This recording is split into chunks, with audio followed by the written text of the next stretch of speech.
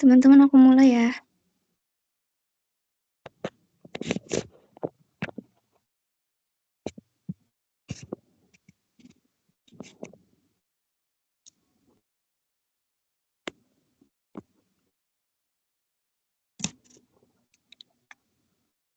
Assalamualaikum warahmatullahi wabarakatuh. Waalaikumsalam warahmatullahi wabarakatuh.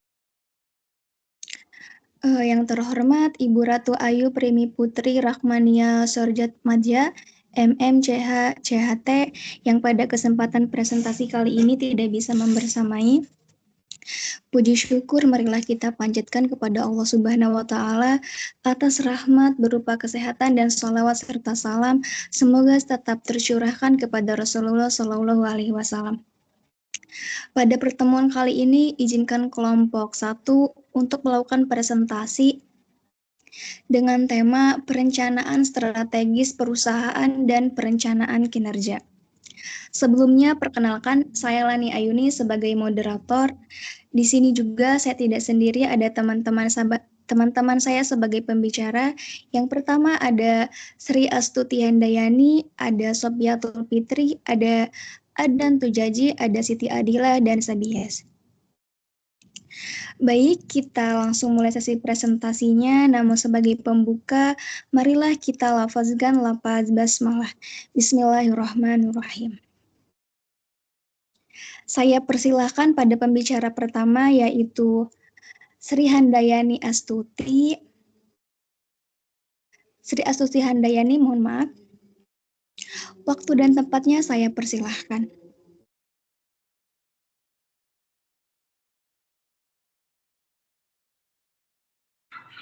Oke, baik. Terima kasih kepada moderator yang telah memberikan saya kesempatan untuk memaparkan materi yang pertama. Baik, langsung saja di sini ada latar belakang. Perencanaan strategis dan perencanaan kinerja merupakan elemen penting dalam dunia bisnis yang kompetitif.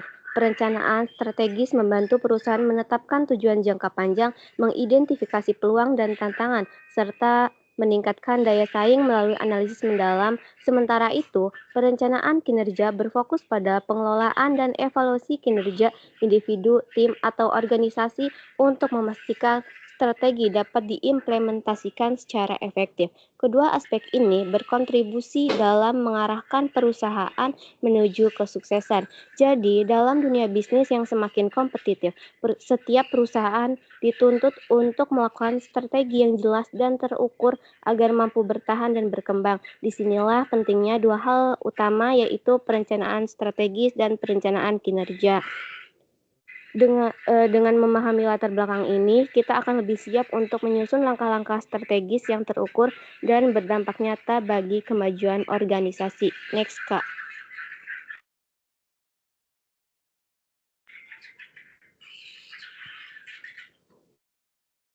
Baik, selanjutnya pengertian perencanaan strategis perusahaan. Perencanaan strategis adalah proses organisasi dalam menentukan strategi, mengambil keputusan, dan mengalokasikan sumber daya untuk mencapai tujuan. Prinsip utama dalam perencanaan strategis meliputi menentukan visi dan misi, cara mencapainya, pihak yang terlibat, lokasi aktivitas, waktu pelaksanaan dan durasi, serta sumber daya yang dibutuhkan. Rencana strategis bersifat jangka panjang menyeluruh, mengarahkan perusahaan dalam mengalokasikan sumber daya untuk mencapai tujuan dalam berbagai kondisi. Perencanaan strategis berfungsi sebagai panduan bagi organisasi untuk bekerja menuju masa depan, biasanya dalam rentang waktu 5 hingga 10 tahun seperti yang dikemukakan oleh Harold Gardner.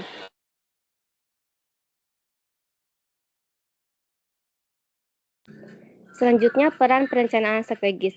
Perencanaan strategis penting dalam merumuskan tujuan, program, dan strategi organisasi berdasarkan analisis untuk pemanfaatan sumber daya yang efisien. Berikut peran perencanaan strategis dalam organisasi. Yang pertama, perencanaan jangka panjang. Perencanaan strategis memungkinkan organisasi menetapkan arah jangka panjang, biasanya mencakup 5-10 tahun ke depan. Dengan adanya rencana jangka panjang, organisasi tidak hanya fokus pada hal-hal yang sifatnya operasional harian, tetapi juga siap menghadapi tantangan besar yang mungkin terjadi di masa depan. Yang kedua, membentuk sistem kerja yang terarah. Strategi yang matang menciptakan sistem kerja yang lebih terorganisir. Setiap divisi atau departemen akan tahu apa peran mereka, bagaimana mereka berkontribusi terhadap tujuan bersama, serta bagaimana sinergi antar bagian dapat dibangun. Hal ini juga meminimalkan duplikasi pekerjaan dan meningkatkan efisiensi. Yang ketiga, menyatukan visi anggota. Tanpa arah yang jelas, setiap orang bisa saja berjalan ke tujuan yang berbeda-beda. Perencanaan strategis menyatukan semua elemen organisasi agar memiliki pemahaman dan komitmen terhadap visi dan misi perusahaan. Dengan demikian, seluruh tim akan bergerak secara serempak dan konsisten dalam satu arah yang sama. Yang keempat, memberikan pedoman yang jelas. Strategi yang baik akan menjadi acuan dalam berbagai situasi, misalnya saat perusahaan menghadapi dilema atau perlu mengambil keputusan penting. Maka pedoman dari perencanaan strategis bisa menjadi dasar agar keputusan yang diambil tidak bertentangan dengan arah dan nilai-nilai perusahaan. Selanjutnya yang kelima, mengantisipasi masalah. Perencanaan strategis tidak hanya bicara tentang peluang, tapi juga tentang risiko. Melalui proses analisis SWOT dan analisis lingkungan, organisasi bisa mengenali potensi hambatan sejak awal dan menyusun strategi mitigasi yang sesuai. Dengan kata lain, perencanaan ini bersifat proaktif, bukan hanya reaktif. Dan yang terakhir, yang keenam, mendukung pengambilan keputusan dan meminimalkan kesalahan. Setiap keputusan dalam organisasi sebaiknya berdasarkan data dan strategi, bukan hanya intuisi. Dengan strategi yang telah dirancang, pimpinan perusahaan memiliki dasar untuk membuat keputusan yang lebih rasional, terukur, dan sesuai dengan arah jangka panjang perusahaan. Hal ini tentu akan menurunkan kemungkinan terjadinya kesalahan strategis. Baik, itu saja yang dapat saya sampaikan. Saya kembalikan kepada moderator. Terima kasih kepada pembicara kita, Sri Handayani Astuti. Pemateri selanjutnya saya persilahkan kepada Sabies. Waktu dan tempatnya saya persilahkan. Baik, terima kasih kepada moderator yang telah memberikan saya kesempatan untuk membaca materi ya. Baik, di sini ada yang namanya proses perencanaan strategis. Nah, yang pertama itu ada formulasi, misi, dan tujuan. Terus ada analisis tujuan dan strategi saat ini. Terus ada analisis lingkungan, ada analisis sumber daya, dan ada identifikasi kesempatan strategis. Terus ada analisis keputusan strategis, pelaksanaan strategis, dan evaluasi dan pengelolaan strategis.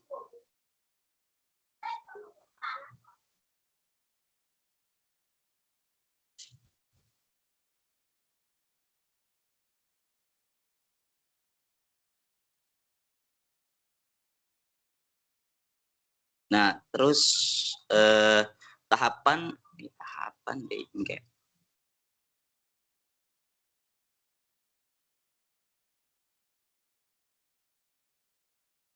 Nah, tahapan ada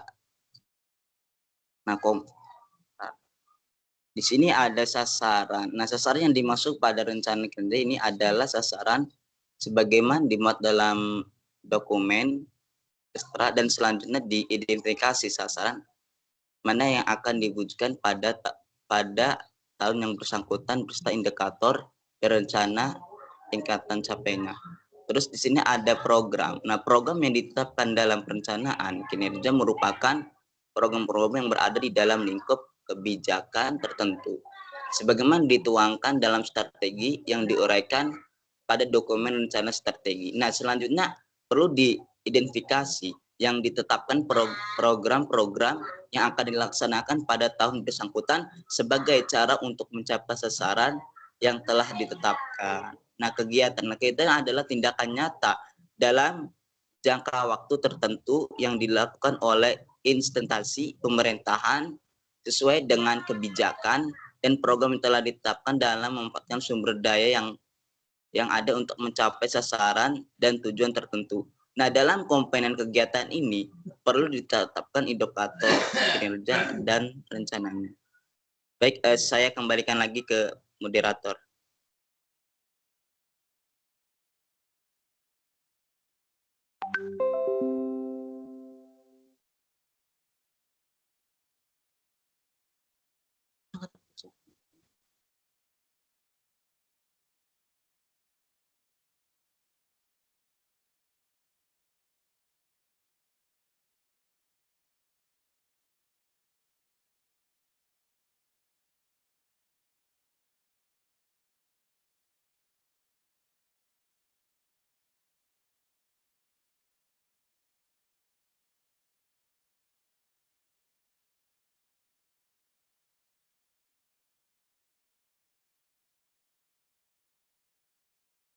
Baik, materi selanjutnya akan disampaikan oleh Kak Siti Adilah. Waktu dan tempat saya persilahkan. Kepada moderator yang telah memberikan saya kesempatan untuk memberikan materi yang selanjutnya. Materi yang selanjutnya di sini itu ada teknik analisis bisnis dalam perencanaan strategis. Nah, yang pertama di sini itu ada teknik SWOT atau yang disebut dengan strength, weakness, opportunities, dan threat.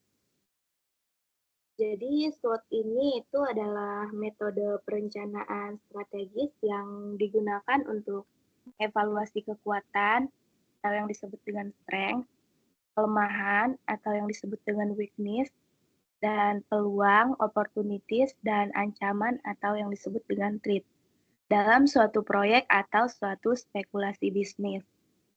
Nah, yang selanjutnya yang kedua di sini itu ada teknik TES.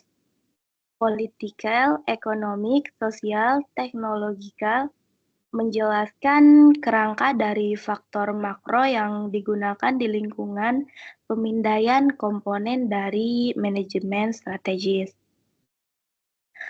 Yang selanjutnya yang ketiga di sini itu ada teknik STAR, Social, Cultural, Technological, Economic, Ecological, Regulatory. Nah, ini itu mempertimbangkan aspek sosial budaya, teknologi, ekonomi, ekologi, dan regulasi, tetapi tidak secara khusus mencakup faktor-faktor politik. Next, Kak.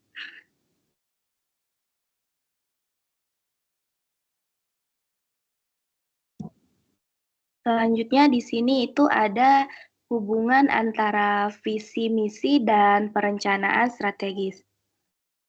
Antara visi misi dan perencanaan strategis ini memiliki hubungan yang sangat erat dan saling membutuhkan. Visi adalah rumusan umum mengenal keadaan yang diinginkan pada akhir periode perencanaan. Nah, sedangkan misi adalah rumusan umum mengenai upaya-upaya yang akan dilaksanakan untuk mewujudkan visi. Sedangkan perencanaan strategis merupakan proses memutuskan program-program yang akan dilaksanakan oleh organisasi dan perkiraan jumlah sumber daya yang akan dialokasikan ke setiap program jangka panjang selama beberapa tahun ke depan. Nah, dengan demikian perencanaan strategis ini digunakan untuk menentukan atau mewujudkan visi dan misi organisasi, serta membagi sumber daya yang diperlukan untuk mencapainya. Nah, jadi dapat kita katakan bahwa suatu organisasi pada mulainya memiliki cita-cita atau tujuan akhir yang ingin dicapai dalam jangka panjang yang disebut visi. Selanjutnya, untuk mencapai atau mewujudkan visi organisasi yang telah ditentukan, organisasi merumuskan upaya-upaya umum yang hendak dilakukan yang disebut dengan misi. Nah, kemudian untuk mewujudkan misi, organisasi membuat atau merumuskan upaya-upaya khusus yang dirasa paling efektif dan efisien untuk mencapai cita-cita organisasi yang disebut perencanaan strategis. Next, Kak.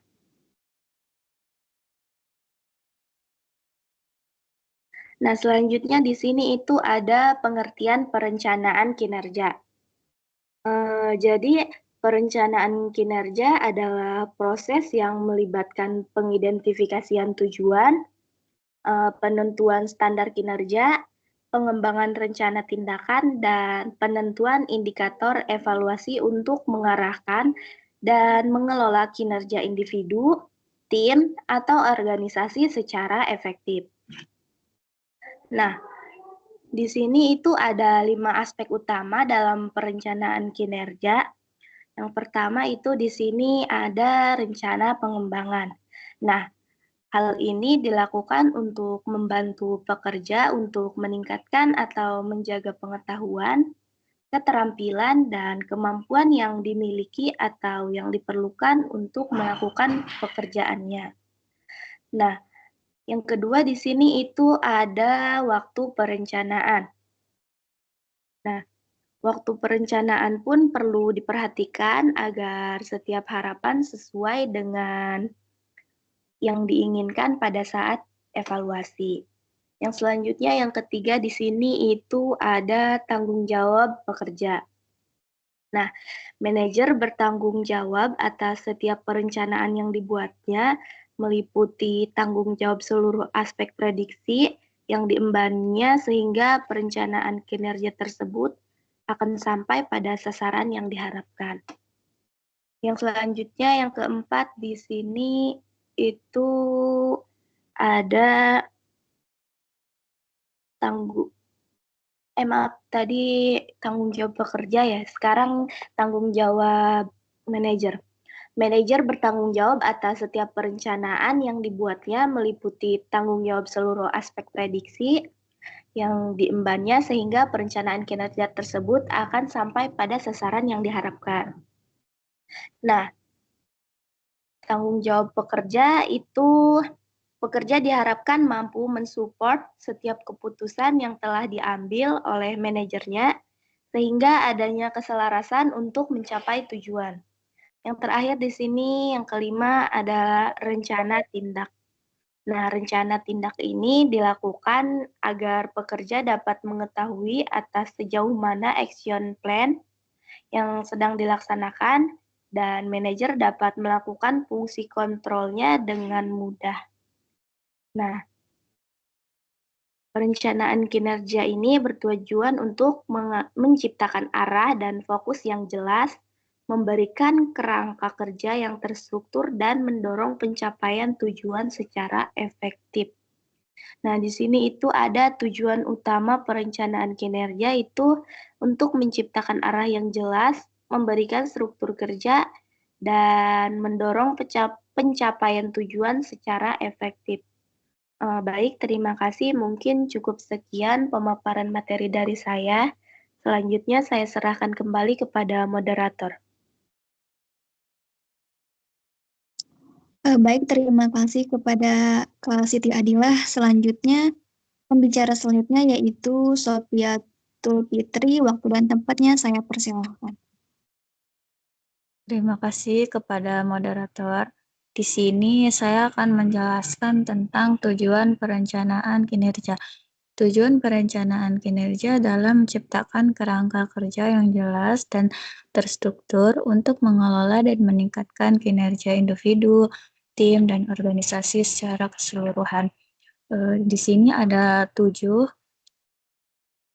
tujuan utama dari perencanaan kinerja. Yang pertama yaitu meningkatkan kinerja. Perencanaan kinerja bertujuan untuk meningkatkan produktivitas dan efektivitas karyawan serta mencapai hasil yang diinginkan dalam pencapaian tujuan organisasi. Dengan merencanakan tugas, target, dan strategi yang jelas, karyawan dapat bekerja dengan fokus dan berkinerja tinggi. Yang kedua yaitu mengarahkan dan mengkoordinasi. Perencanaan kinerja membantu dalam mengarahkan dan mengkoordinasi upaya individu dan tim dengan tujuan organisasi yang lebih besar. Hal ini memastikan bahwa semua anggota tim bekerja menuju pencapaian tujuan bersama dan saling mendukung. Yang ketiga yaitu menetapkan harapan dan ekspektasi. Melalui kinerja dan ekspektasi yang jelas ditetapkan untuk setiap individu dan tim. Ini membantu dalam memahami tanggung jawab dan tujuan yang harus dicapai serta ukuran kinerja yang objektif. Yang keempat yaitu mengidentifikasi kebutuhan pengembangan. Perencanaan kinerja memungkinkan identifikasi kebutuhan pengembangan karyawan untuk memastikan bahwa mereka memiliki keterampilan dan pengetahuan yang diperlukan untuk mencapai tujuan mereka. Ini dapat melibatkan pelatihan, pembinaan, atau pengembangan karir. Yang kelima yaitu umpan balik dan evaluasi.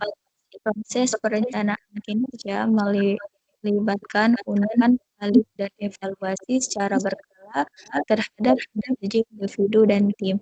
Ini membantu mengidentifikasi kekuatan dan kelemahan serta peluang perbaikan untuk mencapai kinerja yang lebih baik di masa depan. Yang keenam yaitu meningkatkan pengelolaan sumber daya. Dengan perencanaan kinerja yang baik, pengelolaan sumber daya seperti tenaga kerja, waktu, dan anggaran dapat dioptimalkan. Ini memungkinkan alokasi yang efisien dan efektif dari sumber daya untuk mencapai hasil yang diinginkan. Yang ketujuh yaitu mendorong keterlibatan motivasi. Perencanaan kinerja yang baik menciptakan lingkungan kerja yang transparan dan memberikan keterlibatan karyawan dalam menetapkan tujuan dan merencanakan tindakan untuk mencapainya. Hal ini dapat meningkatkan motivasi dan keterlibatan karyawan dalam pekerjaan mereka.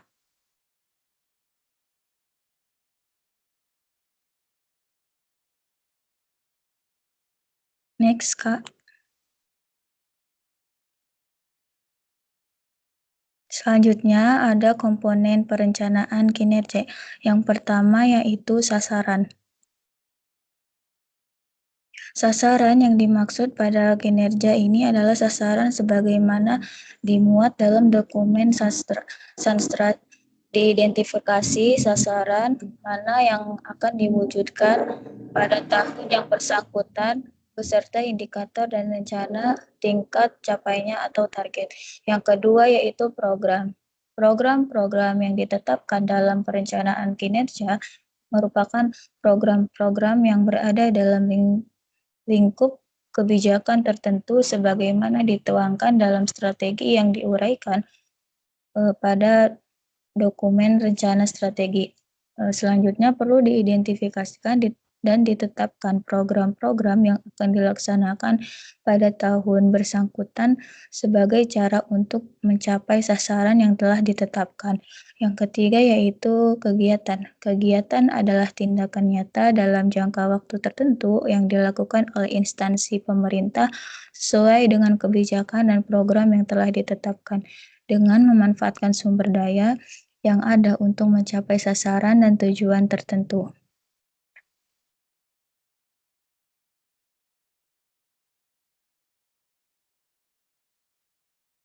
Next, Kak.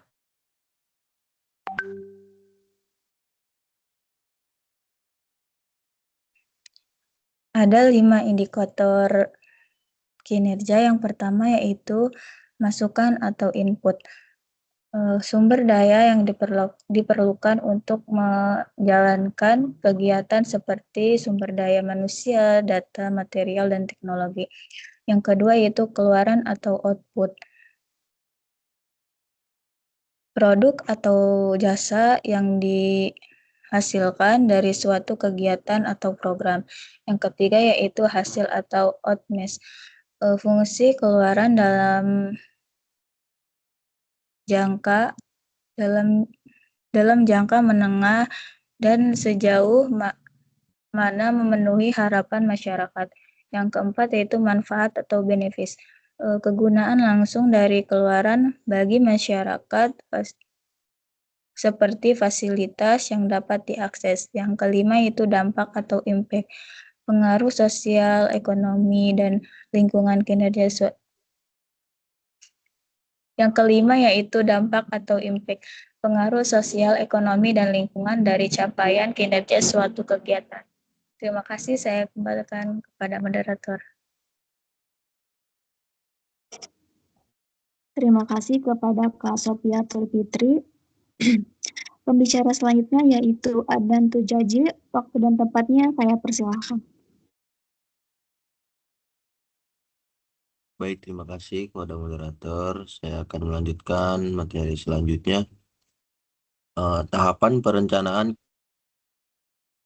menetapkan tujuan, organisasi menentukan tujuan yang jelas dan selaras dengan visi dan misi menggunakan prinsip SMART untuk mendorong produktivitas. Yang kedua, membuat rencana, menyusun strategi, membagi tugas, menentukan sumber daya, serta menetapkan prioritas kerja agar pencapaian tujuan lebih efektif. Yang ketiga, pengukuran kinerja, menentukan indikator kinerja utama KPI untuk menilai pencapaian secara objektif melalui evaluasi berkala dan feedback. Yang keempat, mengidentifikasi hambatan, menganalisis potensi, kendala, dan menyusun strategi mitigasi seperti pelatihan atau alokasi sumber daya yang lebih baik.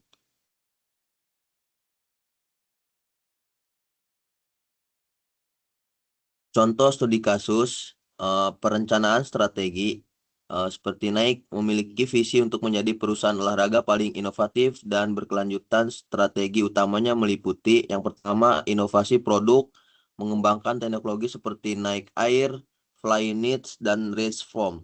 Yang kedua, transformasi digital, memperkuat penjualan online melalui aplikasi Nike dan e-commerce. Yang ketiga, keberlanjutan, menargetkan pengurangan emisi karbon sebesar 70% pada 2030. Yang keempat, ekspansi global, memperluas pasar di Asia dan Afrika. Yang kelima, peningkatan merek, bekerja sama dengan atlet terkenal dan desainer untuk memperkuat branding olahraga dan mencapai pertumbuhan yang berkelanjutan. Contohnya seperti kolaborasi gitu dengan pemain sepak bola. Perencanaan kinerja. Untuk mendukung strategi tersebut, Nike menerapkan langkah-langkah berikut. Menetapkan KPI termasuk target pertumbuhan e-commerce 50% dalam 3 tahun dan kepuasan pelanggan 95%. Pengembangan sumber daya manusia melalui pelatihan di bidang inovasi dan pemasaran digital, evaluasi dan penyesuaian dengan analisis data dan evaluasi kuartalan. Yang terakhir, optimalisasi produksi dengan pengurangan limbah dan pemanfaatan energi terbarukan. Hasil dan dampak. Yang pertama, Nike berhasil mencapai peningkatan penjualan digital 70% dalam 3 tahun. Yang kedua, pengurangan emisi karbon 40% dalam 5 tahun pertama. Dan yang ketiga, lebih dari 300 juta pengguna aktif di aplikasi Nike. Dan yang terakhir, pertumbuhan pasar Asia 20%. Terutama di Tiongkok dan India. Dengan strategi dan kinerja yang terarah, Nike haruskan dominasinya di industri olahraga dan mencapai pertumbuhan yang berkelanjutan. Baik, saya kembalikan ke moderator.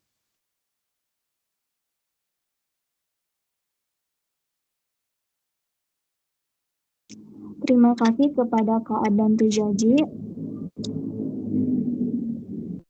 Baik, kita sudah selesai melakukan presentasi. Nah, kesimpulannya izinkan saya membacakannya. Jadi, perencanaan strategis dan perencanaan kinerja saling mendukung dalam mencapai tujuan perusahaan. Perencanaan strategis menetapkan arah dan tujuan jangka panjang, sementara perencanaan kinerja memastikan strategi tersebut diterapkan secara efektif.